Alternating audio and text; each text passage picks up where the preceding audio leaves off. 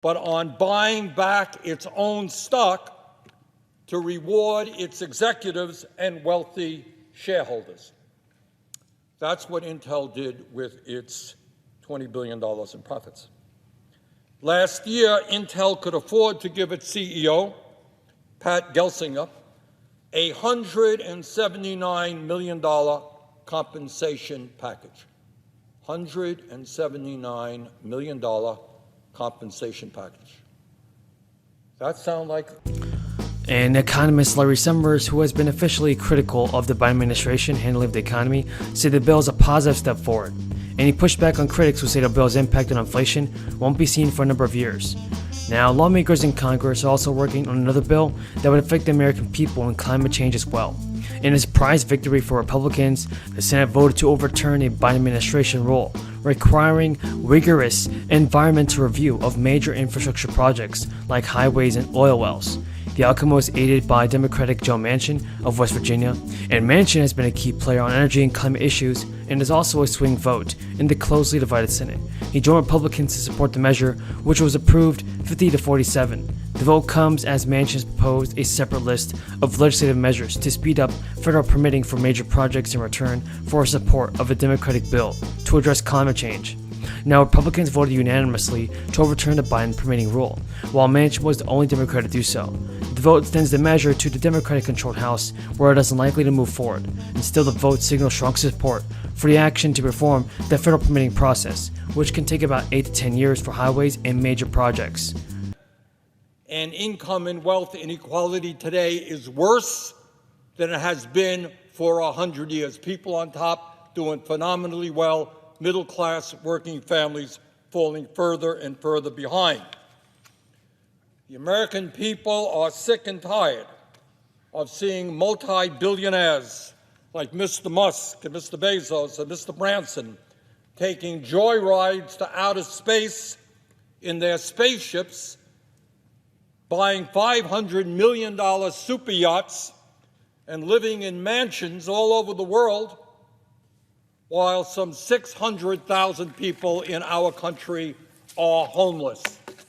In other words, we're looking at two worlds. People on top never did better. Middle class continuing to decline, and the poor living in abysmal conditions.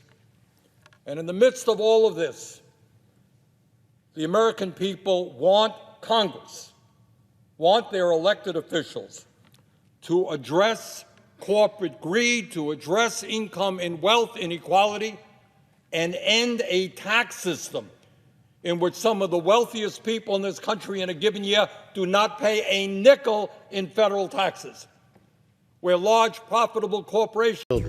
That's the American dream. That's what we strive for.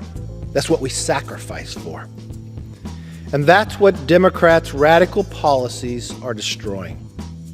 Today, the ex-chairman of the Federal Reserve said the U.S. economy is heading towards stagflation for the first time since the 1970s. Remember, in the 1970s, Democrats had control, at then late 70s, of the White House, of the Senate. Schumer called on the Labor Department to join him in his fight to get Biden to forgive $50,000 in federal student loan debt. During a roundtable with Elizabeth Warren and union leaders, Schumer said there was a false narrative about whose student debt cancellation would benefit. Schumer stated, "Let's dispel one awful myth right here. That is not a problem that concerns the wealthy or the Ivy League. It's affecting working class people." Schumer also appeared to be speaking directly to Biden, who has repeatedly framed canceling student debt as a handout to the well-off. Schumer and lawmakers have made it clear that they will continue to push for student debt cancellation, and the Biden administration is grappling with the fact that the idea of student debt forgiveness infuriates many Americans, including those who never borrowed for their education or went to college. Taxes on employees making more than $400,000. The bill has gained some support, but is so far stalled in Congress. A big update, everybody. For Social Security and stimulus checks, eligible people can start applying today for additional stimulus assistance, and there are several programs that have been created that are aimed to providing financial help to Americans during this time. Today, people in Connecticut were able to start applying for a tax rebate just for families. The rebate, which was created as part of the budget bill that the governor signed into law last month, provides taxpayers with a state tax rebate of up to $250 per child for a maximum of 3 children. Any Connecticut resident who claimed at least one dependent, 18 or younger, on their 2021 tax return may be eligible as well. And while not everyone was qualified to receive the rebate, the Department of Revenue Services estimated more than 300,000 households can meet eligibility. Those applicants may see the extra money relatively soon. The filer status income threshold is single to married filing separately $100,000 or less and head of households. The rebate is for middle-class families. However, those who have higher income rates may be eligible to receive a reduced rebate based on their income. The period to apply began this week and ends on July 31st. The Department of Revenue Services said eligible families should start to receive their rebates in late August, right before the start of the new school year.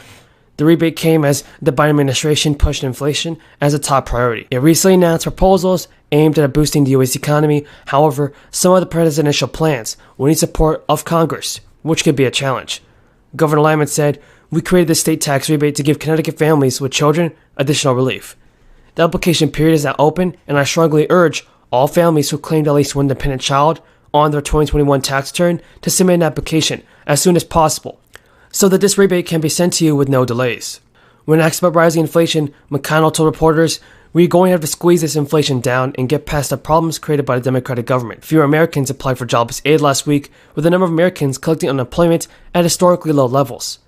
The Labor Department reported that applications for unemployment benefits fell by 11,000 to 200,000 for the week ending May 28th. And first-time applications generally track the number of layoffs. The 4-week average for claims, which evens out some of the weekly volatility, dipped by 500 from the previous week to 206,000. The number of people collecting jobless benefits for the week ending May 21st from the previous week also fell, down to 1.3 million, the fewest since December 1969. Experts say that the government and American workers are enjoying historically strong job security 2 years after the crisis plunged the economy. Experts say that American workers Now, weekly applications for unemployment aid have been consistently below the pre-crisis level of 225,000 for most of 2022, even as the overall economy contracted in the first quarter and concerns Republicans to end the Affordable Care Act. They are basically trying everything. There was a time when there was this historic tension. Jobs created last month and 3.5% unemployment. It underscores the kind of economy we've been building. We're seeing a stronger labor market where jobs are booming and Americans are working, and we're seeing some signs that inflation may be beginning to moderate. That's what happens when you build an economy from the bottom up and the middle out. The wealthy do very well and everyone has a chance. It gives everyone a chance to make progress. Now I want to be clear. With the global challenges we face, from the war in Europe to disruption of supply chains and pandemic shutdowns in Asia, we could